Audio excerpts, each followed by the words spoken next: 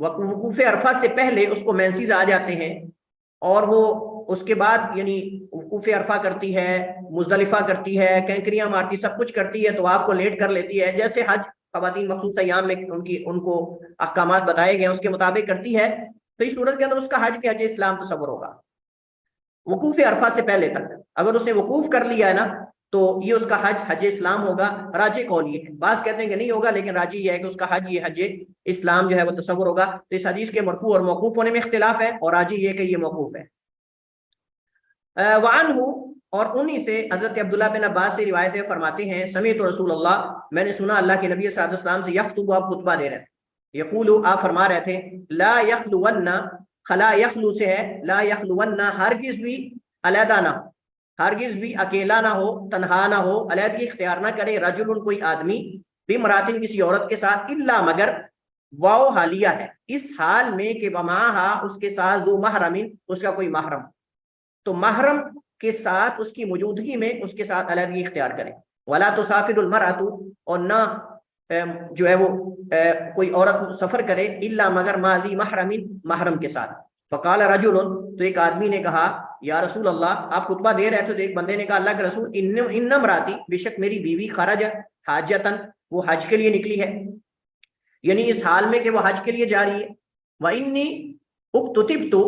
یہ کتابہ سے اکتتبہ، اکتتبہ یکتتب اکتتاب، اور اکتتب، اور میں اپنا نام لکھوا چکا ہوں، فی غزوۃ کذا، یہ میرا نام لکھا جا چکا ہے، فی غزوۃ کذا و کذا، فلاں فلاں غزوے میں، فلاں فلاں جہاد میں۔ قالا، تو آپ نے فرمایا، انطلق فحج مع امراتک، جاؤ اور اپنی بیوی کے ساتھ حج کرو۔ یہ حدیث متفق علیہ ہے، واللفظ لمسلم، اور یہ لفظ جو ہے وہ امام مسلم کے۔ اس حدیث پہ غور کریں آپ، اس حدیث سے کیا پتہ چلتا ہے کہ ایک صحابی کا نام جہاد میں لکھا جا چکا ہے، لیکن آپ نے، جہاد بہت بڑا مقصد ہے، اور جہاد بہت بڑا عمل ہے، بہت بڑی عبادت ہے، لیکن اللہ کے نبی نے اس مسئلے کو، جو محرم کا مسئلہ ہے، عورت کے ساتھ جانے کو اہمیت دی ہے بنسبت اس کے جہاد میں جانے سے، کیونکہ عورت کے لیے محرم کا ہونا یہ شرط ہے، جیسے ہم نے یہ مسئلہ پچھلے لیکچر کے اندر، مسائل کے اندر پڑھا ہے، اور یہ حدیث اس کی دلیل ہے۔ باقی جو لوگ کہتے ہیں کہ وہ اگر رفقہ معمونہ ہو، اگر پرامن قافلہ ہو، اور اگر عورتوں کا سارا قافلہ ہو تو پھر وہ جا سکتے ہیں، دیکھیں یہ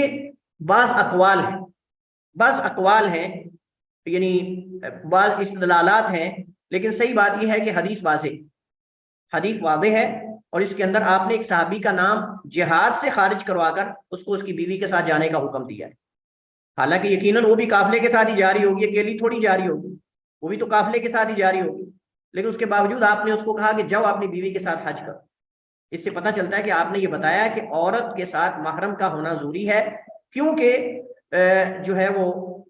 محرم کا عورت کے ساتھ ہونا، اس کے کئی شرعی مقاصد ہیں، اور وہ مقاصد جو ہیں یہ وہی لوگ جان سکتے ہیں کہ جو شادی شدہ ہیں اور وہ سفر کرتے ہیں، اور اگر وہ کبھی ان کو کچھ مسائل مشکلات پیش آتی ہیں تو وہ جانتے ہیں کہ یہ کس وجہ سے شریعت نے حکم جو ہے وہ جاری کیا ہے۔ اس حدیث سے یہ پتہ چلتا ہے کہ غیر محرم عورت کے ساتھ خلوت اختیار کرنا یہ جائز نہیں ہے۔ ہاں، اگر کوئی عذر ہو، کوئی مجبوری ہو، اگر کوئی انٹرویو ہے، کوئی وائوا ہے، یا اگر کوئی ڈاکٹر کے ساتھ علاج کروانا چاہتا ہے وغیرہ وغیرہ، کوئی اس طرح کی چیز ہے، تو وہ کسی جگہ اگر جانا چاہتے ہیں وائوے کے لیے، یا کسی جگہ کسی چیز کے لیے بھی، یونیورسٹیز میں بعض خواتین پڑھتی ہیں، کالجز میں جا کے پڑھتی ہیں، داخلہ وغیرہ ایڈمیشن وغیرہ لینا ہوتا ہے، کوئی بھی مسئلہ ہے، تو اس صورت کے اندر وہ اپنے کسی محرم کے ساتھ جو ہے وہ ڈاکٹر کے پاس اس کی موجودگی میں جو ہے وہ خلوت اختیار کر سکتی ہیں، اور بعض جو ہے وہ صورتیں اس سے علماء نے مستثنیٰ کی ہیں، واللہ اعلم۔ اس کے بعد حضرت عبداللہ بن عباس سے یہ ساری روایات ان سے مروی ہیں، وہ کہتے ہیں ان نبی صلی اللہ علیہ وسلم سمع رجلا، بے شک اللہ کے نبی علیہ السلام نے ایک آدمی کو سنا، اللہ کے نبی علیہ السلام نے ایک آدمی کو سنا، یقول، وہ کہہ رہا تھا، لبیک عن شبرما، اے اللہ میں شبرما کی طرف سے حاضر ہوں، لبیک اللہم عن شبرما، اے اللہ میں شبرما کی طرف سے حاضر ہوں۔ قالا، آپ نے فرمایا، من شبرما، شبرما کون ہے بھائی؟ قالا، تو اس نے کہا کہ اخ لی، یہ میرا بھائی ہے، او قریب لی، یا میرا کوئی قریبی ہے۔ قالا، تو آپ نے فرمایا، حججت عن نفسی کا، کیا آپ نے اپنی طرف سے حج کیا ہے؟ یعنی اپنا حج کیا آپ نے؟ قال لا، تو اس نے کہا کہ نہیں اللہ کے رسول میں نے اپنا حج تو نہیں کیا. قال، تو آپ نے فرمایا حج عن نفسک ثم حج عن شبرما، پہلے اپنی طرف سے حج کرو پھر شبرما کی طرف سے حج کرو. اسے ابو داؤد اور ابن ماجہ نے روایت کیا ہے. وصححہ ابن حبان، ابن حبان نے صحیح کہا ہے. والراجح عند احمد وقفہ، اور امام احمد کے ہاں راجح اس کا موقوف ہونا ہے. لیکن صحیح بات یہ کہ حدیث مرفوع صحیح سند کے ساتھ ثابت ہے، حدیث مرفوع صحیح سند کے ساتھ ثابت ہے. باقی امام احمد رحمہ اللہ تعالیٰ ان تک ہو سکتا ہے موقوف طریق اور سند پہنچی ہو، مرفوع سند ان تک نہ پہنچی ہو، واللہ عالم. اس پر مثبت جو ہے وہ مقدم ہے نفی کرنے والے پر. اس حدیث سے پتہ چلتا ہے مسئلہ جو ہم نے پڑھا ہے کہ ایک تو یہ ہے کہ کوئی دوسرا کسی دوسرے کی طرف سے حج بدل کر سکتا ہے. نمبر دو، اس میں اگر کوئی قریبی ہو عزیز ہو تو زیادہ بہتر ہے، لیکن کوئی دوسرا بھی کر سکتا ہے. اور تیسری بات یہ ہے کہ حج بدل کرنے والے کے لیے ضروری ہے کہ اس نے پہلے اپنا حج کیا ہو پھر دوسرے کی طرف سے وہ حج کرے. اس کے بعد حضرت عبداللہ بن عباس سے ہی روایت ہے، وہ بیان کرتے ہیں خطبنا رسول اللہ صلی اللہ علیہ وسلم، اللہ کے نبی نے ہمیں ایک دفعہ خطبہ ارشاد فرمایا اور آپ نے فرمایا ان اللہ کتب علیکم الحج، بے شک اللہ تعالیٰ نے تمہارے لیے حج کو فرض کر دیا ہے. فقام الاقرع بن حابس، اقرع بن حابس کھڑے ہوئے. فقال، انہوں نے سوال کیا افی کل عام، کیا ہر سال یا رسول اللہ، اللہ کے رسول؟ قال، تو آپ نے فرمایا لو قلتها لوجبت، اگر میں کہہ دیتا کہ ہر سال تو یہ واجب ہو جاتا. الحج مرتن، حج ایک ہی دفعہ ہے. فما زاد فهو تطوع، بس جو اس سے زیادہ ہو تو وہ تطوع ہے یعنی نفلی ہے. تو اس حدیث کو پانچوں نے روایت کیا علاوہ ترمذی کے. واصلہ فی مسلم، اور اس کی اصل صحیح مسلم میں ہے من حدیث ابی ہریرہ، ابو ہریرہ رضی اللہ تعالی عنہ کی حدیث سے. تو حضرت ابو ہریرہ رضی اللہ تعالی عنہ کی حدیث سے جو ہے وہ اصل اس کی صحیح مسلم میں موجود ہے. اور جو صحیح مسلم کی حدیث ہے،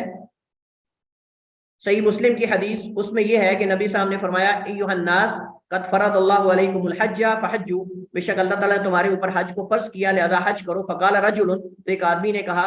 اکل عام یا رسول اللہ، کیا ہر سال؟ فسکت، اللہ کے نبی خاموش ہو گئے. حتی قالها ثلاثا، حتیٰ کہ بندے نے 3 بار یہ بات دہرائی. فقال رسول اللہ، تو اللہ کے نبی نے فرمایا لو قلت نعم لوجبت وَلَمَا اسْتَطَعْتُمْ، اگر میں کہہ دیتا نام ہاں تو یہ واجب ہو جاتا اور پھر تم اس کی استطاعت ہر سال کرنے کی نہ رکھ سکتے، اس وجہ سے میں خاموش ہو گیا. تو اس حدیث سے پتہ چلتا ہے کہ حج زندگی میں ایک بار ہی فرض ہے، ہر سال فرض نہیں. لیکن اگر کوئی نفلی حج کرنا چاہتا ہے تو وہ کر سکتا ہے. واللہ تعالی عالم. بسم اللہ والصلاۃ والسلام علی رسول اللہ وعلی آلہ وصحبہ ومن والا. ابواب الحج میں سے دوسرا باب ہمارے پاس ہے باب المواقیت. اور مواقیت جو ہے یہ میقات کی جمع ہے، اور مقصود یہاں نصاً ان جگہوں کا ذکر کرنا ہے کہ جن جگہوں سے حج یا عمرے کے لیے احرام باندھا جائے گا یا حج یا عمرے کی نیت کرنا لازم اور ضروری ہے. اور میں نے گزشتہ لیکچر میں ذکر کیا تھا کہ میقات جو ہے یہ 2 طرح کے ہیں، مواقیت زمانی اور مکانی. شریعت نے حج کے زمانے کا بھی تعین کیا ہے اور حج کی جگہوں کا بھی تعین کیا ہے. کن ایام میں حج ہوگا اس کے لیے اشہر الحج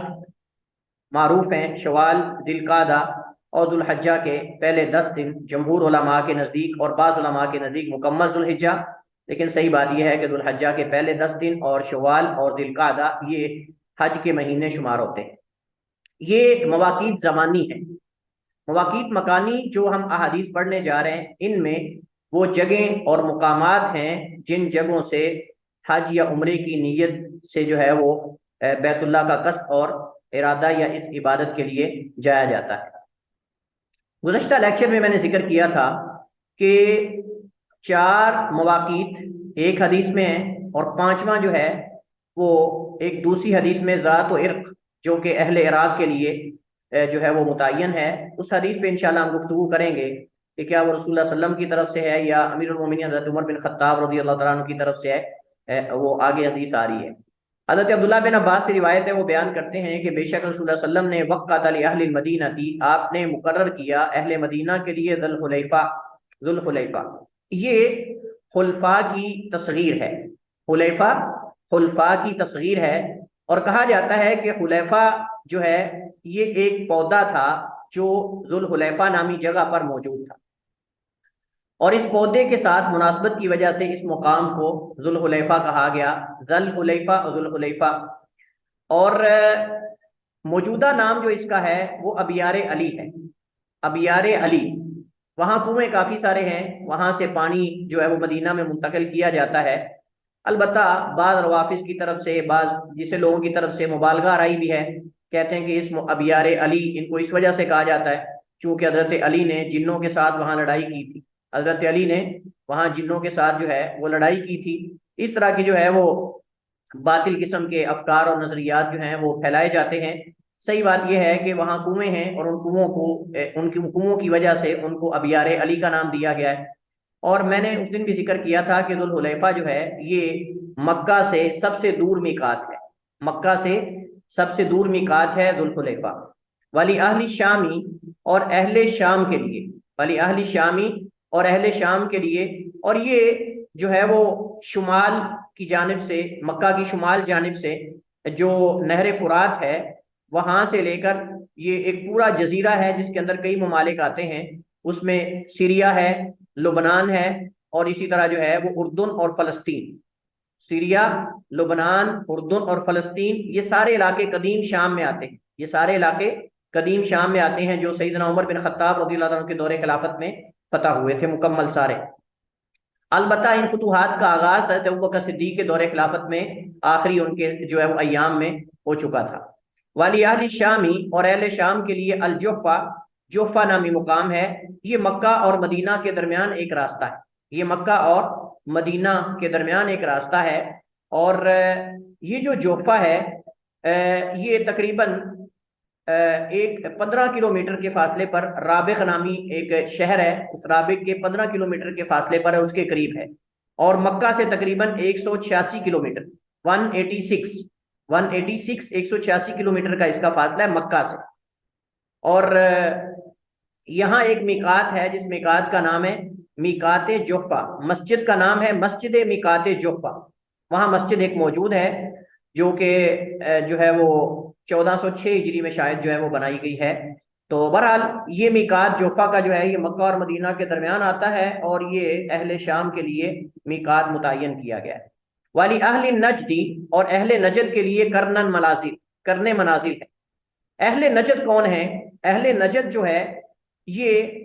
قدیم ایک نام ہے جو عراق سے لے کر حجاز تک کے سارے علاقے اس میں شامل ہوتے ہیں۔ عراق سے لے کر حجاز کے جتنے علاقے ہیں وہ سارے جو ہیں وہ اس میں شامل ہوتے ہیں، یمن سے لے کر شام تک جنوب اور شمال میں، اور اس طرح عراق سے حجاز تک شرقاً غرباً جتنے علاقے آتے ہیں وہ سارے اس میں اہل نجد میں آتے ہیں۔ والی اہل نجدی اور اہل نجد کے لیے کرن منازل، اللہ کے نبی نے کرنے منازل جو ہے وہ مقرر کیا۔ اور یہ کرنے منازل جو ہے کہا جاتا ہے کہ یا تو وادی کا نام ہے یا پہاڑ کا نام، یا وادی کا نام ہے یا پہاڑ کا نام ہے، جس کو متعین کر دیا گیا کہ یہ میقات ہے کن کا؟ اہل نجد کا۔ جو بھی ان علاقوں سے آئیں وہ ان سے گزرتے ہیں، اگر حج عمرہ کرنا چاہتے تو نیت کریں گے۔ اور میں نے آپ کو بتایا تھا کہ اس کا جو جدید نام ہے، جو نیا نام ہے وہ ہے السیل الکبیر۔ اس کا نیا جو نام ہے وہ السیل الکبیر ہے، چونکہ وہ وادی کے اندر آتا ہے، تو جب بھی سیلاب وغیرہ یا کچھ چیز آتی تو وہ وادی بھر جاتی بارش وغیرہ کے اندر، تو اس وجہ سے اسے السیل الکبیر جو ہے اس کا نام جو ہے وہ دیا جاتا ہے۔ اور یہ میں نے آپ کو بتایا تھا کہ مکہ کے سب سے قریب ترین میقات ہے، یہ مکہ کے سب سے قریب ترین میقات ہے۔ اور ایگزیکٹ اگر اس کو ہم کلومیٹر کے حساب سے یہ اگر ہم نوٹ کرنا چاہیں تو یہ تقریباً 75 کلومیٹر تقریباً بنتا ہے، 75 کلومیٹر مکہ سے، اور سب سے قریب یہ ہے، اور سب سے دور مدینہ کا میقات ہے۔ ولی اہل یمنی اور اہل یمن کے لیے یلملم ہے، یہ ایک پہاڑ کا نام ہے۔ یہ تہامہ، جو تہامہ کے پہاڑ ہیں، احادیث میں ان کا ذکر آتا ہے کہ کچھ لوگ آئیں گے وہ ان پہاڑوں کی مانے نیکیاں لے کر آئیں گے لیکن وہ اڑا دی جائیں گی، ان کی کوئی قدر و قیمت نہیں ہوگی۔ تو یہ تہامہ کے پہاڑوں میں سے ایک پہاڑ ہے یلملم، اس کی طرف نسبت ہے، اس کی طرف نسبت۔ اور کہا جاتا ہے کہ مکہ سے 2 راتوں کا فاصلہ ہے، مکہ سے 2 راتوں کا یہ مسلسل اگر سفر کیا جائے تو فاصلہ اس دور کا۔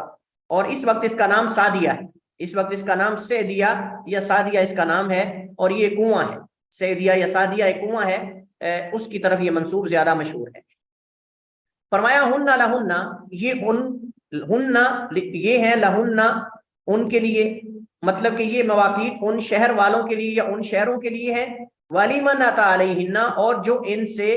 آئے، یعنی جو ان سے گزر کر آئے یا ان کے پیچھے رہنے والا ہو. تو جو ان شہروں میں سے ہو یا ان شہروں سے گزر کر آئے لیکن ان کا رہنے والا نہیں، یہ سب کے لیے ہے. لیکن وہ حج عمرہ کرنا چاہیں من غیرہن، ان شہروں کے علاوہ، تو وہ بھی کر سکتے ہیں. ممن اراد الحج والعمرہ کا، جو کوئی بھی حج یا عمرے کا ارادہ رکھتا. ومن کان دون ذالک، اور جو ان سے پیچھے ہو، ان کے اندر ہو، ان کے نیچے ہو، تو وہ اپنے گھر سے، یعنی جہاں سے وہ نیت کرے گا حج عمرے کی، وہاں سے وہ اپنے گھر سے ہی جا سکتا ہے. ومن کان دون ذالک، جو کوئی ان میقاتوں کے اندر یعنی نیچے ہو، پیچھے ہو، فمن حیث انشا، تو وہ جہاں سے بھی چاہے یا نکلے وہاں سے وہ نیت کر کے احرام باندھ کے جا سکتا ہے. حتی اہل مکہ من مکہ، حتیٰ کہ اہل مکہ، مکہ سے. لیکن کیا اہل مکہ حدود حرم سے باہر نکلیں گے یا وہاں اپنے گھر سے ہی نیت کر کے احرام باندھ کے عمرہ یا حج کریں گے؟ تو بعض علماء کہتے ہیں کہ حدود حرم سے باہر جانا افضل ہے، لیکن اگر اپنے گھر سے بھی وہ نیت کر کے احرام باندھ کے عمرہ یا حج کر لیتے ہیں تو اس میں کوئی حرج نہیں ہے. جو کہتے ہیں باہر جانا چاہیے وہ حضرت عائشہ کی حدیث سے استدلال کرتے ہیں کہ اللہ کے نبی سامنے حضرت عائشہ کے بھائی عبد الرحمن بن ابی بکر رضی اللہ عنہ کو فرمایا تھا، اخرج باختک من الحرم فلتحل بعمرۃ، اذهب باختک، کہ اپنی بہن کے ساتھ جاؤ اور تنعیم نامی مقام پہ، تنعیم مسجد عائشہ کا پرانا نام ہے، تنعیم مسجد عائشہ کا قدیم نام ہے. تو فرمایا اس وقت یہ مسجد نہیں تھی، یہ مسجد تو بعد میں بنی. تو آپ نے ویسے بتا دیا کہ آپ فلاں جگہ چلے جاؤ، آپ کوئی اور جگہ بھی بتا سکتے تھے. تو لہٰذا مسجد عائشہ کوئی ایگزیکٹ جگہ آپ نے خاص نہیں کی، آپ نے تو ویسے بتا دیا کہ تنعیم جگہ پہ لے جاؤ، چونکہ وہی سب سے قریب ترین یعنی حدود حرم سے باہر مقام بنتا ہے، تو آپ وہاں ان کو کہا لے جاؤ. لیکن کسی دوسری جگہ اگر کوئی عورت ہے وہ جانا چاہتی ہے مخصوص ایام میں دوبارہ وہاں سے نیت کر کے آنا چاہتی، تو وہ کسی بھی جگہ حدود حرم سے باہر جا سکتی، اس طرف سے، اس طرف سے، دوسری طرف سے، کسی طرف سے بھی جا سکتی. مقصد حدود حرم سے باہر جانا ہے، نہ کہ مسجد عائشہ میں جانا. جیسے کہ بعض لوگ سمجھتے ہیں کہ شاید مسجد عائشہ کوئی میقات ہے، وہ میقات نہیں ہے. حدیث یہ متفق علیہ، اور مزید اس کے مسائل ہم پہلے پڑھ چکے ہیں. حضرت عائشہ رضی اللہ عنہ سے روایتیں بیان کرتی ہیں، بے شک نبی علیہ الصلوۃ والسلام نے وقت علی اہل العراق ذات عرق، اللہ کے نبی علیہ الصلوۃ والسلام نے اہل عراق کے لیے ذات عرق جو ہے مقام یہ مقرر کیا بطور میقات کے. اس حدیث کی سند میں کلام کی گئی ہے. بعض علماء کہتے ہیں حدیث کی سند صحیح ہے، لیکن کسی راوی کی طرف سے اس میں جو ہے وہ جو اختلاط ہوا ہے یا اس میں وہم واقع ہوا ہے. تو ذات عرق جو ہے یہ اصل میں حضرت عمر نے مقرر کیا تھا، لیکن کسی راوی نے جو ہے اس کو اللہ کے نبی صلی اللہ علیہ وسلم کی طرف منسوخ کر دیا. لیکن صحیح بات یہ ہے کہ دونوں طرح کی احادیث ملتی ہیں، مرفوع حدیث بھی اس بارے میں ملتی ہیں، اگرچہ ان میں ان کے متن کے اندر کلام ہے، سند کے اندر نہیں. راجے بازی کی سند ان کی صحیح ہے، متن کے اندر کلام ہے. اور موقوف حضرت عمر پر موقوف حدیث بھی ملتی ہیں. ہم کہتے ہیں اگر مرفوع حدیث پہ کلام بھی ہے تو حضرت عمر رضی اللہ تعالیٰ عنہ خلفائے راشدین میں سے ہیں، اور خلفائے راشدین کا طریقہ ہمارے لیے سنت اور قدوہ اور نمونہ ہے. اور دوسری بات یہ ہے کہ اگر دیکھا جائے تو یہ ذات عرق جو ہے یہ جو اہل شام کا میقات ہے اس کے برابر تقریباً آتا ہے. اس کی لوکیشن میں اگر ہم دیکھیں تو بالکل اس کے محاذات یعنی اس کے برابر آتا ہے. تو چونکہ ان کے لیے وہاں جانا مشکل تھا تو انہوں نے کہا کہ ہم وہاں جائیں اور پھر گھوم کے ادھر آئیں، تو بہتر ہے کہ آپ ہمارے لیے کوئی جگہ متعین کر دیں جو اس کے برابر ہو، تو ہم وہاں سے نیت کر کے چلیں. حضرت عمر نے اجتہاد کر کے، اگر ہم پہلی حدیث کو بقول بعض علماء کے ہم کہیں گے اس میں کلام ہے اس کے متن میں، تو اس کی پہ توجیہ یہ ہے کہ چونکہ وہ بالکل دوسرے جو شام اہل شام کا میقات ہے اس کے برابر ہے، تو اس وجہ سے حضرت عمر نے انہوں نے کہا کہ ہمارے لیے مشکل ہے وہاں جانا. حضرت عمر نے ان کے لیے ذات عرق جو ہے متعین کر دیا. بہرحال نبی علیہ السلام کی طرف سے ہو یا حضرت عمر کی طرف سے ہو، راجح بات یہ ہے کہ یہ ثابت ہے، اور جو ہے وہ یقیناً حضرت عمر کے پاس اس بارے میں کوئی دلیل ہوگی، اور وہ خلفائے راشدین میں سے ہیں، اور خلفائے راشدین کا طریقہ ہمارے لیے بھی ایسے ہی سنت ہے جیسے اللہ کے نبی صلی اللہ علیہ وسلم کی سنت ہے، کیونکہ سنت میں ہے کہ خلفائے راشدین کا طریقہ سنت ہے. کوئی بندہ اگر کہے کہ اس کی کیا دلیل ہے کہ ان کا طریقہ سنت ہے، ہم کہیں گے سنت میں ہے کہ ان کا طریقہ سنت ہے، سنت میں ہے کہ ان کا طریقہ سنت ہے، لہذا سنت ہے، سنت نہیں ہو سکتی. یہ کیسے ہو سکتا ہے کہ سنت نہیں ہو سکتی؟ وہ سنت ہے کیونکہ سنت میں ہے کہ وہ سنت ہے. وفی صحیح انہوں نے ذکر کیا، کہتے ہیں رواہ ابو داؤد والنسائی، ابو داؤد نسائی نے روایت کیا، واصلو عند مسلم، اور اس حدیث کی اصل مسلم میں ہے، من حدیث جابر، جابر کی حدیث میں، الا مگر ان راوی ہی شک کا فی رفعی، مگر اس کے راوی نے شک کیا اس کے مرفوع ہونے میں. وفی صحیح بخاری، اور صحیح بخاری میں ہے ان عمر کہ بے شک حضرت عمر ہیں والذی وقت ذات عرق، جنہوں نے یہ میقات مقرر کیا ذات عرق. وعند احمد و ابی داود و ترمذی، اور احمد، ابو داؤد، ترمذی میں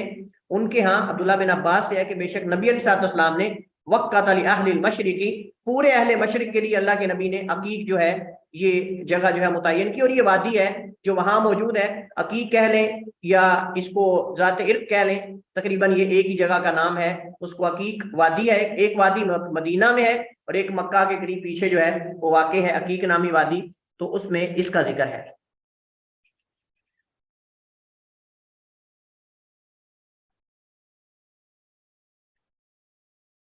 تو یہ جو حدیث حضرت عبداللہ بن عباس کی ذکر کی گئی ہے آخری، یہ حدیث کی سند بھی حسن ہے،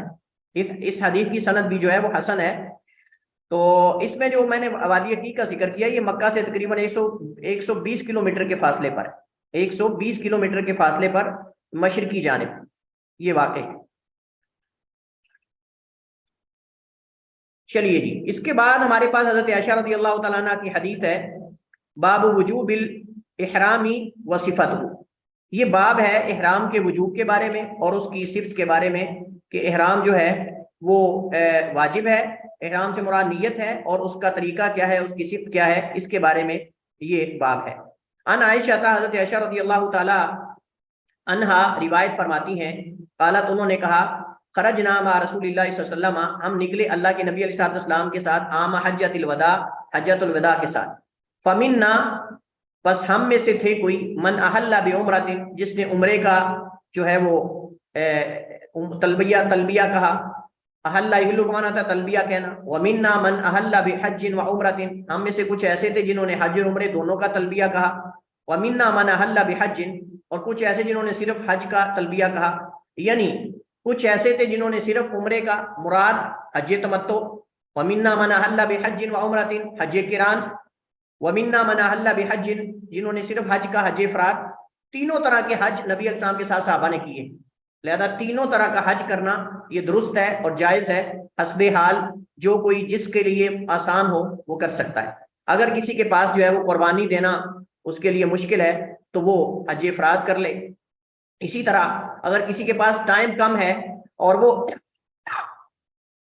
8 کو ہی روانہ ہوا ہے اور اس کو پتا ہے کہ میں عمرہ مکمل نہیں کر سکتا اور مشکل ہے، تو وہ سیدھا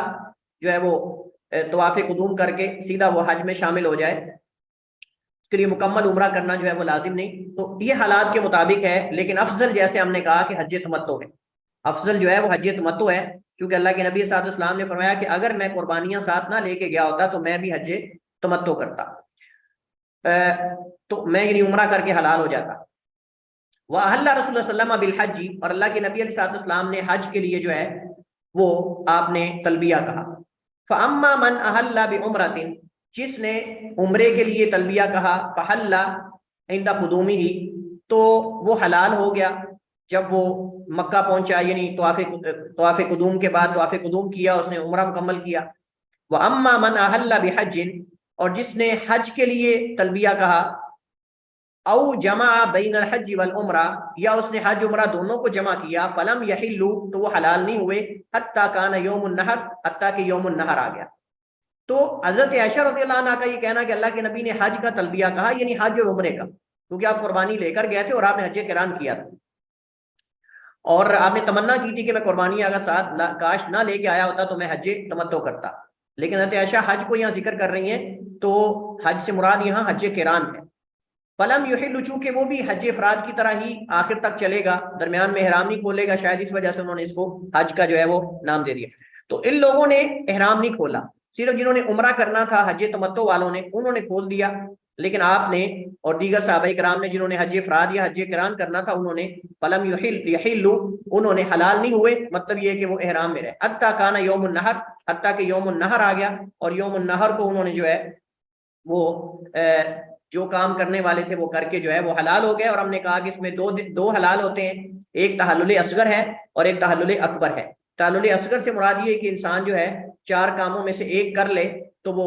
جو ہے وہ حلال ہو جاتا ہے، لیکن اس کے اندر بیوی سے امرتری کرنا وغیرہ یہ جائز نہیں، الا کہ وہ طواف افاضہ کر کے سر منڈوا لے اور اس کے بعد وہ مکمل طور پہ حلال ہو جاتا ہے. جی، تو یہاں ہمارے پاس جو ہے وہ ایک تو حدیث یہ ہے حضرت عائشہ کی جبکہ حضرت جابر کی حدیث میں آتا ہے کہ اللہ کے نبی صلی اللہ علیہ وسلم نے جو ہے وہ آپ نے حج افراد کیا. بعض صحابہ کی حدیث کے اندر آتا ہے کہ اللہ کے نبی صاحب نے حج قران کیا. تو جمع کی کیا صورت ہے؟ جمع کی صورت یہ ہے کہ ہو سکتا ہے کہ پہلے اللہ کے نبی صلی اللہ علیہ وسلم نے حج افراد کی نیت کی ہو، لیکن بعد میں آپ نے جو ہے اس کو حج تمتع میں بدل لیا ہو. جیسے ہم نے کہا تھا کہ عمرہ کرنے سے پہلے اگر وہ حج قران کی نیت کر لیتا ہے تو یہ بھی ٹھیک ہے، حج قران کی نیت. لیکن جا تو حج کے لیے رہا ہے نا، جا تو حج کے لیے رہا ہے تو نیت کو جو ہے وہ یہاں بدلنا جائز ہے، کوئی حرج نہیں. یہ دونوں طرح کی حدیث میں جمع کی صورت ہے. اس کے مسائل ہم پہلے پڑھ چکے ہیں. اس کے بعد ہے باب الاحرامی وما یتعلق به، احرام کے بارے میں باب اور جو اس سے متعلق امور ہیں. یعنی احرام کہاں سے باندھا جائے گا، کیا گھر سے باندھ سکتے ہیں، مسجد سے باندھیں گے، اور اس طرح جو ہے احرام کے اندر کیا کیا معاملات کرنے ہیں. تو حضرت عبداللہ ابن عمر رضی اللہ تعالی عنہما سے روایت ہے، وہ بیان کرتے ہیں کہ ما احل رسول اللہ صلی اللہ علیہ وسلم الا من عند المسجد، نہیں تلبیہ کہا اللہ کے نبی علیہ الصلوۃ والسلام نے مگر مسجد کے پاس سے. یہاں مسجد سے مراد مسجد ذوالحلیفہ ہے، مسجد سے مراد یہاں مسجد ذوالحلیفہ ہے. لیکن سوال یہ ہے کہ اس وقت تو یہ مسجد نہیں تھی. ہاں اس وقت تو یہ مسجد نہیں تھی. سر میقات تو یہی تھا نا. میقات یہی تھا یہ، لیکن اس کا مطلب یہ کہ عبداللہ بن عمر رضی اللہ تعالیٰ عنہ کے زمانے کے اندر یہ مسجد بن چکی تھی. عبداللہ بن عمر رضی اللہ عنہ کے زمانے کے اندر یہ مسجد بن چکی تھی، اس وجہ سے انہوں نے ذکر کیا ہے. وگرنہ یہ وادی تھی، وادی عقیق. جیسے میں نے ذکر کیا کہ جبریل علیہ السلام آئے، اللہ کے نبی صاحب نے فرمایا کہ یہاں اس وادی مبارک کے اندر روز 2 رکعت نماز پڑھے. اللہ کے نبی نے نماز پڑھی اور وہاں سے آپ نے تلبیہ کہا اور آپ جو ہے وہ داخل ہو گئے. یہاں ذکر کر رہے کہتے ہیں کہ مسجد ذوالحلیفہ سے مراد یہاں یعنی مسجد سے مراد مسجد ذوالحلیفہ ہے. جس وقت آپ اپنی اونٹنی پر سیدھے کھڑے ہوئے تھے، یہ بات حضرت عبداللہ بن عمر نے ان حضرات کی غلط فہمی کا ازالہ کرنے کے لیے کہی، جو کہتے ہیں کہ رسول اللہ صلی اللہ علیہ وسلم نے بیدا کے مقام سے احرام باندھا تھا. حدیث میں منقول ہے کہ آپ نے 3 بار لبیک پکارا. یعنی بیدا مقام بھی مسجد ذوالحلیفہ کے پاس ہے، مسجد ذوالحلیفہ کے پاس ہے، بیدا نامی مقام بھی اس کے برابر ہے. لیکن اللہ کے نبی صلی اللہ علیہ وسلم نے مسجد ذوالحلیفہ کے پاس سے میقات جو ہے وہ نیت کی ہے اور تلبیہ کہا. لیکن اگر کوئی بیدا نامی مقام سے بھی تلبیہ کہہ لیتا ہے تو کوئی حرج نہیں، کیونکہ یہ میقات کے بالکل برابر ہے، میقات کے بالکل برابر ہے اس وجہ سے. لیکن عبداللہ بن عمر رضی اللہ تعالیٰ عنہما نے جو ہے وہ یہ بتایا کہ جب اس مسجد کے مقام پہ آپ آئے تو آپ نے تلبیہ کہا. اور ان میں بظاہر جو ہے کوئی تعارض نہیں ہے، کیونکہ جیسے میں نے ذکر کیا کہ بیدا نامی مقام بھی بالکل ذوالحلیفہ کے برابر ہے، یعنی لوکیشن اس کی برابر ہے. لہذا اگر رش ہے تو صاف ظاہر ہے کہ کوئی مسجد کے پاس بعض حالات کے اندر حج کے ایام میں پاس بھی نہیں جا سکتا. تو اس وجہ سے وہ اگر اس کے برابر جا کے وہ تلبیہ نیت کر کے تلبیہ کہنا شروع کر دیتا، آگے نکل جاتا ہے تو کوئی حرج نہیں. اگر ضروری نہیں کہ مسجد کے پاس جا کے پھر آپ نکلیں، اس کے برابر روڈ پہ کھڑے ہو کے بھی آپ نیت کر کے آگے جا سکتے ہیں. تو یہی بیدا مقام کا بھی ہے. یہ بیدا نامی مقام جو ہے وہ بالکل میقات والی مسجد ذوالحلیفہ اس کے برابر ہے. اور اس کا ذکر ایک دوسری حدیث میں نبی صلی اللہ علیہ وسلم نے فرمایا کہ قرب قیامت ایک لشکر بیت اللہ پہ حملہ کرے گا، بیت اللہ کو گرانے کے ارادے سے شام کی طرف سے آئے گا.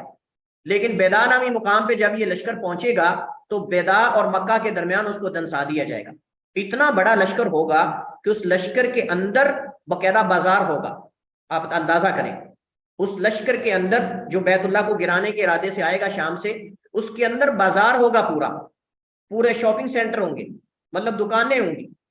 وہ لوگ جب اللہ کا عذاب آئے گا سارے زمین میں دنسا دیے جائیں گے. حضرت عائشہ سے پوچھا گیا، حضرت عائشہ نے پوچھا اللہ کے رسول علیہ السلام سے، اللہ کے رسول جو بیت اللہ کو گرانے کے ارادے سے آ رہے ہیں وہ تو پتہ سمجھ آ رہی ہے کہ بیت اللہ کو گرانے کے ارادے سے آ رہے تھے تو اللہ نے ان کو زمین میں دنسا دیا، لیکن جو بازار والے اندر دکانوں والے جو سامان خرید و فروخت کرنے کے لیے آئے تھے ان کا کیا ہے؟ آپ نے فرمایا کہ ان کو بھی اللہ زمین میں دنسا دے گا، لیکن قیامت کو اللہ تعالیٰ ہر ایک کو اس کی نیت کے مطابق اٹھائے گا. لیکن قیامت کو اللہ تعالیٰ ان میں سے ہر ایک کو اس کی نیت کے مطابق جو ہے وہ اٹھائے گا. لیکن اس حدیث کو یہاں ذکر کرنے کا مقصد یہ ہے کہ مسجد میقات یعنی جہاں بھی آپ نے جانا ہے وہاں اس باؤنڈری یا اس مقام کے برابر جا کر یا اس جگہ پر جا کے آپ نے نیت کرنی ہے اور وہاں سے پھر آپ نے تلبیہ کہنا شروع کر دینا ہے. آپ گویا کہ احرام میں اب داخل ہو چکے ہیں حج کے اندر، اور وہاں سے آپ پر جو حج کے معاملات ہیں وہ آپ پہ لاگو ہوں گے. موانع حرام جو ہے ان کا اعتبار جو ہے وہ کرنا پڑے گا. حضرت خلاد بن صائب روایت کرتے ہیں اپنے باپ سے، خلاد بن صائب بن خلاد، خلاد بن صائب بن خلاد یہ روایت کرتے ہیں، اپنے باپ سے بھی ان کی روایات ہیں، حضرت زید بن خالد الجہنی سے بھی روایات ان کی موجود ہیں، اور ان کی صحبت میں اختلاف ہے۔ خلاد بن صائب کی صحبت میں اختلاف ہے، ان کے والد تو صحابی ہیں۔ خلاد بن صائب بن خلاد یعنی خلاد کی صحبت میں اختلاف ہے، بعض کہتے ہیں کہ صحابی ہیں، جیسا کہ ابن حبان نے ان کو صحابہ میں نقل کیا ہے، اور بسا اوقات خود ابن حبان نے ان کو تابعین میں شمار کیا ہے، یعنی کہیں ان کو صحابی میں شمار کرتے ہیں صحابہ میں، اور کہیں ان کو تابعین میں شمار کرتے ہیں، تو اس مسئلے کے اندر اختلاف موجود ہے۔ البتہ حافظ ابن حجر نے اس بات کا انکار کیا ہے۔ حافظ ابن حجر رحمہ اللہ فرماتے ہیں کہ خلاد بن صائب جو ہیں یہ تابعی ہیں، ثقات تابعین میں سے ہیں، اور اس کو وہم ہوا ہے، حافظ ابن حجر کہتے ہیں وَوَهِمَ من زعم انه صحابی، اور اس بندے کو وہم ہوا ہے، اس امام کو جس نے بھی اس کو صحابہ میں شمار کیا ہے۔ تو ان کے والد جو ہیں صائب بن خلاد بن سوید الانصاری الخزرجی، خزرج قبیلے سے ان کا تعلق ہے، یعنی صائب بن خلاد، خلاد بن صائب بن خلاد، تو صائب بن خلاد انصاری خزرجی صحابی ہیں، اور کہا گیا ہے، ذکر کیا جاتا ہے کہ بدری ہیں، بدر میں شریک ہوئے، اور حضرت معاویہ نے ان کو یمن کا امیر بنایا تھا۔ حضرت معاویہ نے اپنے دور حکومت میں ان کو یمن کا گورنر اور امیر بنایا تھا، امارت دی تھی ان کو، اور ان سے چند احادیث سنن کی کتابوں میں مروی ہیں، اور بہت کم ہیں، چند ایک ہیں، اور ان کی وفات 71 ہجری میں 71 میں ان کی وفات ہوئی رضی اللہ تعالیٰ عنہ، یعنی ہم ان کے باپ کی بات کر رہے ہیں جو صائب بن خلاد۔ کہتے ہیں بے شک رسول اللہ صلی اللہ علیہ وسلم نے فرمایا اتانی جبریل، آئے میرے پاس جبریل، فامرنی مجھے حکم دیا، ان آمر اصحابی کہ اپنے صحابہ کو حکم دوں، ان یرفعوا اصواتهم بالاحلال کہ وہ تلبیے کے ساتھ اپنی آوازیں بلند کریں۔ تو اس حدیث سے تلبیے میں آواز بلند کرنے کی مشروعیت اور استحباب کا بیان ہے کہ بلند آواز سے تلبیہ کہنا مستحب ہے، اور اس کی تفصیل ہم پڑھ چکے ہیں کہ بلند آواز سے کہا جائے گا، لیکن حالات بدلنے کے ساتھ ساتھ کبھی آہستہ، کبھی بلند، کبھی خاموش، کبھی تلبیہ، اور ہم نے کہا تھا جب بلند مقام پہ جائیں تو پھر تلبیہ بلند آواز سے کہیں، جب نیچے مقام پہ اتریں پھر جب صبح ہو تب، جب شام ہو۔ تو ہم بات کر رہے تھے کہ تلبیہ جو ہے بلند آواز سے کہنا مستحب ہے، لیکن اگر آدمی پہ مشقت ہو، یعنی مشکل ہو یا گراں ہو، تو پھر آہستہ آواز سے بھی تلبیہ کہہ سکتے ہیں۔ اس طرح عورت دھیمی آواز سے تلبیہ کہے گی، جیسے ہم نے اس بارے میں تفصیل ہم نے پڑھی ہے، اور حسب حال حالات بدلنے کے ساتھ ساتھ تلبیہ بلند آواز سے کہا جائے گا، اور صبح ہو تو پھر شام ہو تو پھر اونچی جگہ پہ، نیچی جگہ پہ، اترتے ہوئے، چڑھتے ہوئے، جیسے کہ تفصیل اس کی ہم نے پڑھی تھی۔ حضرت زید بن ثابت رضی اللہ تعالی عنہ سے روایت ہے،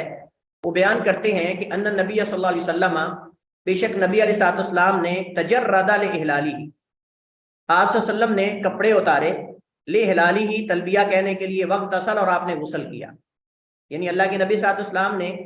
جو ہے وہ احرام باندھنے کے وقت آپ نے اپنے کپڑے اتار دیے، اور اس کے وقت آپ نے غسل کیا، اور غسل کرنے کے بعد آپ نے جو ہے وہ تلبیہ کہا۔ اس حدیث میں اگرچہ بعض ائمہ نے کلام کی ہے، اور ان میں سے امام مقیلی ہیں رحمہ اللہ تعالی، انہوں نے اس پہ کلام کی ہے، وہ کہتے ہیں کہ ابن غزیہ راوی ہے، ابن غزیہ، اور ابن غزیہ جو ہے وہ منکر روایت کرتا ہے، اس کے اندر کلام۔ اسی طرح عبداللہ مدنی ہے، اس کے اندر بھی کلام ہے، بعض کہتے ہیں مجہول الحال ہے۔ تو بہرحال حدیث کی سند میں کلام ہے، بعض علماء نے شواہد کی بنیاد پر حدیث کو حسن قرار دیا ہے، بعض علماء نے شواہد کی بنیاد پر حدیث کو حسن قرار دیا ہے، اور بعض علماء نے اس کو ان علتوں کی وجہ سے ضعیف قرار دیا ہے، جیسے میں نے ذکر کیا۔ جی، تو یہ جو مسئلہ ہم پڑھ رہے ہیں کہ اللہ کے نبی علیہ السلام نے جو ہے وہ تلبیہ کہنے سے پہلے، یعنی نیت کرنے سے پہلے آپ نے اپنے کپڑے اتارے، اور پھر آپ نے غسل کیا، پھر آپ نے احرام باندھا، تو اگرچہ اس حدیث کی سند میں کلام ہے، لیکن دیگر احادیث اس کے لیے تائید کرنے والی شواہد موجود ہیں، اور تلبیہ کہنے سے پہلے اور احرام باندھنے سے پہلے غسل کرنا مستحب ہے، اللہ کے نبی علیہ السلام کی سنت ہے، جو کہ دیگر احادیث سے بھی ایک نہیں بلکہ کئی ایک احادیث ہیں جو اس کی تائید کرنے والی ہیں اور ثابت ہیں۔ حضرت عبداللہ بن عمر رضی اللہ تعالی عنہما سے روایت و بیان کرتے ہیں، بے شک رسول کریم علیہ السلام سے سوال کیا گیا، ما یلبس المحرم من الثياب، محرم جو ہے وہ کپڑوں میں سے کیا پہن سکتا ہے؟ قال، آپ نے فرمایا، لا یلبس القمیص، اصل میں سوال یہ تھا کہ وہ کیا پہن سکتا ہے، تو یہ سوال جو ہے وہ آپ جانتے ہیں اس کا جواب تفصیل طلب تھا، تو اللہ کے نبی صلی اللہ علیہ وسلم نے بجائے اس کے کہ وہ بتائیں کہ فلاں پہن لے، فلاں پہن لے، فلاں پہن لے، لمبی ایک لسٹ بن جانی تھی، تو اللہ کے نبی صلی اللہ علیہ وسلم نے اس کی بجائے جو ناجائز تھا وہ بتا دیا۔ سوال جائز پوچھنے کے بارے میں تھا، لیکن آپ نے جواب جو ناجائز تھا، چونکہ وہ گنتی کی چند چیزیں ہیں،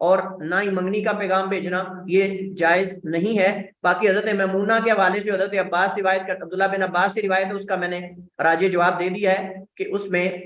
حضرت میمونہ کی حدیث جو ہے انہوں نے خود نفی کی ہے کہ اللہ کے نبی صاحب نے حالت حرام میں میرے ساتھ نکاح نہیں کیا، بلکہ یہ حضرت عبداللہ بن عباس کو وہم ہوا ہے، اور صحیح بات یہ ہے یعنی ان سے غلطی ہوئی ہے۔ صحیح بات یہ کہ حضرت میمونہ صاحب قصہ خود بیان کرنی کہ اللہ کے نبی نے حالت حرام کے بغیر میرا یعنی حلال ہونے کے بعد میرے ساتھ نکاح کیا ہے۔ حضرت ابو قتادہ انصاری رضی اللہ تعالیٰ عنہ سے روایت ہے فی قصۃ سیدہ الحمار، حضرت ابو قتادہ انصاری نے جو ہے ایک وحشی گدھا شکار کیا اللہ کے نبی صلی اللہ علیہ وسلم کے لیے، وہو غیر محرم، اور محرم نہیں تھے ابو قتادہ انصاری نے، تو یہ محرم نہیں تھے حضرت ابو قتادہ انصاری، انہوں نے ایک جنگلی گدھا شکار کیا، تو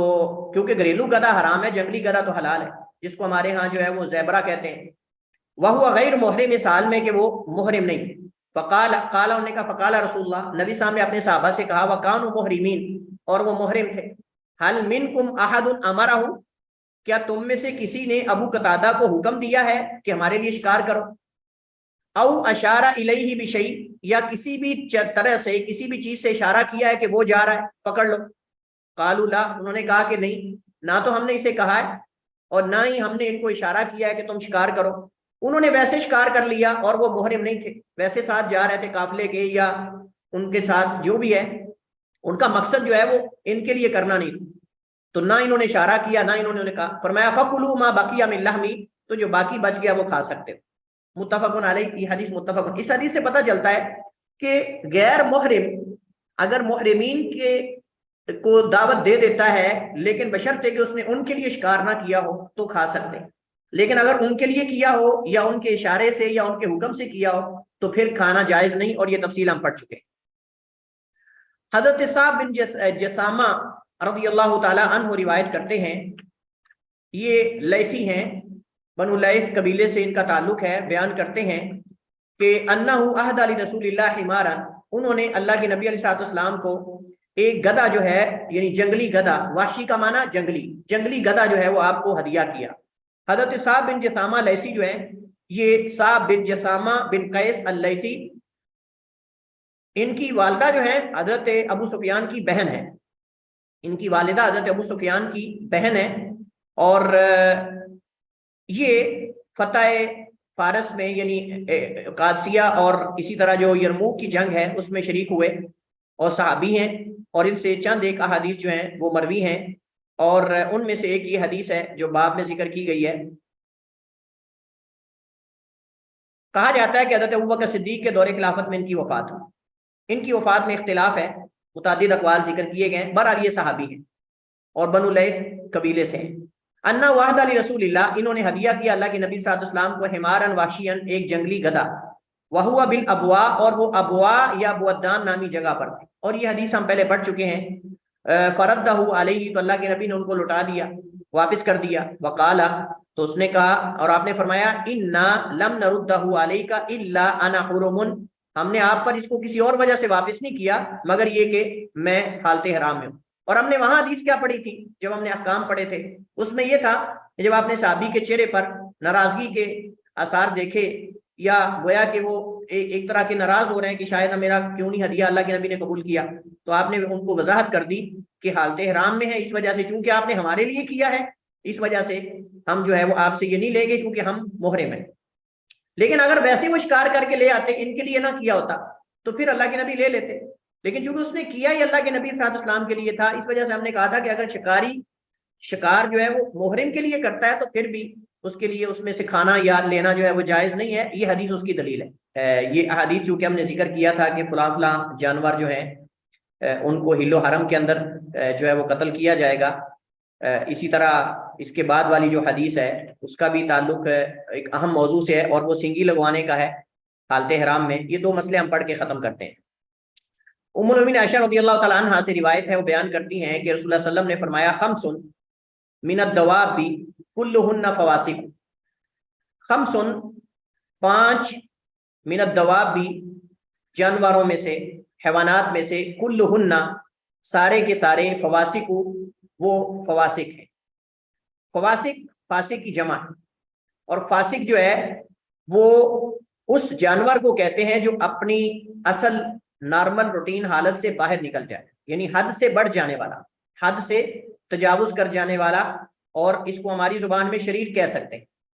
کہ کل ہننا، یہ سارے کے سارے فواسق شریر ہیں، فاسق کی جمع، یہاں فاسق سے مراد وہ فاسق نہیں ہے جو کبیرہ گناہ کرنے والا ہے، تو صاف ظاہر ہے کہ جو انسان کبیرہ گناہ کرتا ہے اس کو بھی اسی وجہ سے فاسق کہتے ہیں کہ وہ جو اللہ تعالیٰ نے انسان کے لیے حدود متعین کی ہیں ان حدود سے باہر چلا جاتا ہے،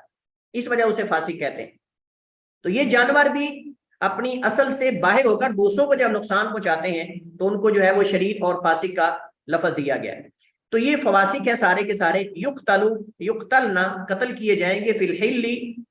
یعنی حل میں، والحرم، اور حرم میں، حرم اور غیر حرم، یعنی ان جگہوں پر جو حرم نہیں اور ان جگہوں میں جو حرم ہے، تو حدود حرم میں اور خارج حرم میں ان کو قتل کیا جائے گا۔ پہلی چیز الاقرب، وہ بچھو ہے، بچھو انسان کو ڈستا ہے، اس وجہ سے نقصان دے سکتا ہے، اس کو مارو۔ والحیدۃ، اور چیل، چیل آپ جانتے ہیں یہ چیلیں جو ہیں یہ پرندے اٹھا کے لے جاتی ہیں، بالیاں عورتوں کی چھین کر لے جاتی ہیں، اور بچوں کو ان سے چیلیں چھین لیتی ہیں اور ان کو زخمی کر دیتی ہیں، بڑے بڑے ان کے کارنامے، یہ نقصان دہ ہیں، اس وجہ سے ان کو قتل کرنے کا حکم ہے۔ والغراب، اور کوا، والغراب اور کوا، اس کوے کو بھی جو ہے وہ مارا جائے گا۔ والفارۃ، اور اسی طرح چوہیا، والفارۃ، اور چوہیا۔ والکلب العقور، اور بولا کتا جو کاٹنے والا، آپ جانتے ہیں کتا جب بولا ہو جاتا ہے کاٹنے والا تو وہ ہر ایک کو کاٹتا ہے، اور یہ کوئی زہریلی چیز کھانے کی وجہ سے، سانپ، بچھو، کوئی اس طرح کی چیزیں جب کتے کھاتے ہیں زہریلی تو اس سے وہ بولے ہو جاتے ہیں، یعنی جس کو ہمارے یہاں ہلکا کتا کہتے ہیں، تو پھر وہ ہر ایک کو کاٹتے ہیں، اور جس چیز کو بھی کاٹتے ہیں وہ آگے دوسروں کو کاٹتی ہے، یعنی یہ ایسا مرض ہے جو اللہ تعالیٰ کے حکم سے متعدی ہو جاتا ہے اور بسا اوقات نہیں بھی ہوتا، اور جس کو بندے کو یہ کاٹ لے بولا کتا، اس کے لیے 50,000 کا پتہ نہیں کتنے کا انجیکشن لگتا ہے، اب شاید سستا ہو گیا ہوگا، تو یہ بہت بڑا مسئلہ ہے جس کو یہ کاٹ لیتا ہے، اب شاید 5,000 یا 6,000 کا انجیکشن سنا ہے لگتا ہے ایک وقفے کے بعد جس کو یہ کتا کاٹ لے، اور جس کے اوپر یہ اثر کر جائے اس کو کالی چادر اور پانی، یہ تو دیکھتے ہی اس کی موت واقع ہو جاتی ہے، یہ چیزیں تو دیکھتے ہی اس کی موت واقع ہو جاتی ہے۔ باقی میرے خیال میں ڈاکٹر مقبول صاحبہ زیادہ وضاحت کر سکتی ہیں اس کی۔ جی سر، اس کو ہائیڈروفوبیا ہو جاتا ہے، پانی کو دیکھتا ہے تو وہ پھر بے قابو ہو جاتا ہے، اور جی متعدی بھی ہے، باولا کتا جسے کاٹ جائے تو وہ اس کے اندر بھی وہی خصوصیات پیدا ہو جاتی ہیں۔ بالکل، اور میں ایسے خاندان کو جانتا ہوں، پرسنلی طور پہ ایسے خاندان کو جانتا ہوں کہ پوری فیملی ایک دوسرے کو کاٹ کاٹ کے مر گئی تھی، پوری فیملی، ایک کو کتے نے کاٹا، انہوں نے علاج نہیں کروایا، وہ ایک دوسرے کے اندر سرایت کرتی گئی، حتیٰ کہ ایک دن بیٹھے ہوئے تھے سب نے ایک دوسرے کو کاٹنا شروع کر دیا، پوری فیملی، اللہ تعالیٰ معاف فرمائے، پوری فیملی ایک دوسرے کو کاٹ کاٹ کے پوری فیملی فوت ہو، پوری فیملی۔ جی سر، بالکل صحیح ہے یہ بات۔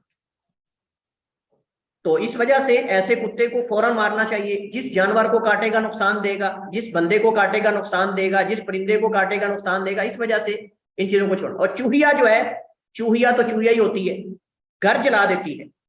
گھروں کے گھر جلا دیتی، وہ قدیم زمانے کے اندر وہ آپ جانتے ہیں دیے چلتے تھے، چراغ جلتے تھے، اس کے اندر سے بتی اٹھا کر، وہ جو لائٹ ہوتی تھی وہ روئی ہوتی تھی یا کپڑا، اس کو اٹھا کر گھر میں آگ لگا دیتی۔ نبی اسلام کے زمانے کے اندر ایک گھر میں آگ لگ گئی تو آپ نے فرمایا کہ رات کو سونے سے پہلے آگ بجھا کر سویا کرو، کیونکہ یہ جو ہے وہ آگ گھر جلا دیتی۔ اور ایک صحابی کو شاید میں نے ذکر کیا تھا، ایک صحابی کو دینار بھی ملے تھے، یہ سونا بھی چرا لیتے ہیں چوہے، سونا بھی، بالیاں بھی چرا کے لے جاتے ہیں، یہ بات ذہن میں رہے۔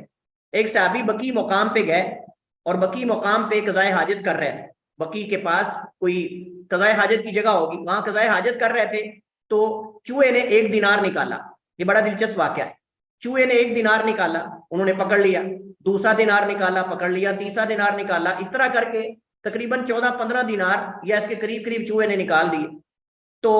صحابی نے قضائے حاجت کی تو دینار سارے پکڑ لیے، اندر دیکھا کہ ایک لال رنگ کا کپڑا نظر آیا، تھیلی ہوتی ہے نا اشرفی،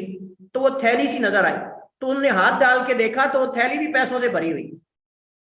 تو اللہ کے نبی صلی اللہ علیہ وسلم کے پاس آئے، کہا اللہ کے رسول ایسے ایسے میں قضائے حاجت کر رہا تھا تو میں نے دیکھا کہ ایسے جو ہے وہ مجھے ایک تھیلی ملی ہے، اس کے اندر سے پہلے 1 دینار آیا، پھر دوسرا آیا، پھر تیسرا آیا، پھر چوتھا آیا، تو کیا یہ میرے لیے حلال ہے؟ آپ نے بھائی اللہ کا رزق ہے، اللہ نے تمہیں دیا ہے، اس کو کھاؤ۔ تو یہ چوہے بہت خطرناک یہ چیز ہے، اس وجہ سے ان کو مارنا چاہیے۔ گھروں کے اندر کچھ بھی نقصان کر سکتے ہیں، کچھ بھی نقصان کر سکتے ہیں، تو اللہ کے نبی صلی اللہ علیہ وسلم نے حل و حرم کے اندر ان کو مارنے کا حکم دیا ہے۔ تو ان چیزوں کو مارنا چاہیے۔ آگے ہمارے پاس جو آخری مسئلہ ہے، اس کو ہم پڑھ کے اپنا کلاس ختم کرتے ہیں۔ عبداللہ بن عباس کی حدیث ہے، فرماتے ہیں بے شک نبی علیہ الصلوۃ والسلام نے احتجامہ، آپ نے سنگی لگوائی، حجامہ لگوائی، وہوا واو حالیہ ہے، اس حال میں، ہوا مبتدا محرم خبر ہے، اس حال میں کہ آپ محرم تھے، یعنی حالت احرام میں تھے۔ حدیث متفق علیہ ہے اور حدیث صحیح ہے۔ جمہور کا موقف یہی ہے، جمہور کا موقف یہی ہے کہ حالت احرام میں سنگی لگوائی جا سکتی ہے، خون نکل جائے تو احرام نہیں ٹوٹے گا، عمرے پر حج پر کوئی اثر نہیں پڑے گا۔ البتہ یہ جمہور کا موقف، احناف جو ہیں ان کے ہاں یہ جائز نہیں ہے، احناف کے ہاں سنگی لگوانا جو ہے وہ جائز نہیں ہے، اور بعض مالکیہ جو ہیں وہ کہتے ہیں ضرورت کے وقت لگوائی جا سکتی ہے، لیکن صحیح بات یہ ہے کہ ممانعت کی کوئی دلیل نہیں، جبکہ جواز کی دلیل بخاری مسلم کی سب سے صحیح اتھینٹک اور سب سے نمبر 1 صحیح حدیث ہمارے سامنے موجود ہے، لہذا مزید اختلاف کی اور بحث کرنے کی ضرورت نہیں ہے، سنگی لگوائی جا سکتی ہے۔ واللہ تعالی اعلم واحکم، وصلی اللہ وسلم علی نبینا محمد وعلی آلہ وصحبہ وسلم۔ کچھ مسائل ہیں ان میں اکثر ہم جو ہے وہ پڑھ چکے ہیں، تفصیلات ساری پڑھ چکے ہیں، انشاءاللہ آپ ذات خود ان حدیث کا آگے مطالعہ کریں گے، بطور مطالعہ کی یہ حدیث ہیں، ہم انشاءاللہ جو ہے اس کے بعد جو اگلی کتاب ہے اس کو شروع کریں گے، تو آپ ان کا مطالعہ کریں حدیث کا، اگر کوئی اشکال ہو تو آپ پوچھ سکتے ہیں، آج کے لیکچر کے حوالے سے اگر کوئی سوال ہے تو آپ پوچھ سکتے ہیں، اور آگے جب مطالعہ کریں گے پھر اگر کوئی اشکال ہو تو آپ پوچھ سکتے ہیں۔ واللہ تعالی اعلم واحکم، صلی اللہ وسلم علی نبینا محمد وعلی آلہ وصحبہ وسلم۔